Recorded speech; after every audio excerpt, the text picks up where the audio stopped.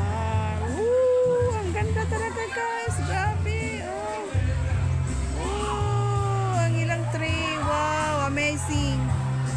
So, ang isang guys, cottage is overnight is 10,000.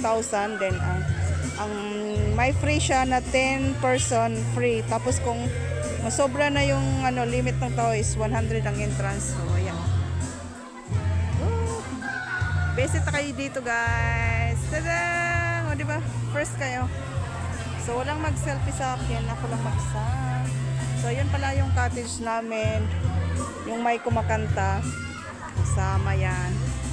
Tapos na akong kumanta dyan. O, yan o. So, ako una-una diyang kumanta guys. Nahiya ako sa boses ko. Kaya yun, umalis na ako. Charot. Ay, welcome to Farm Resort. Ay, ring.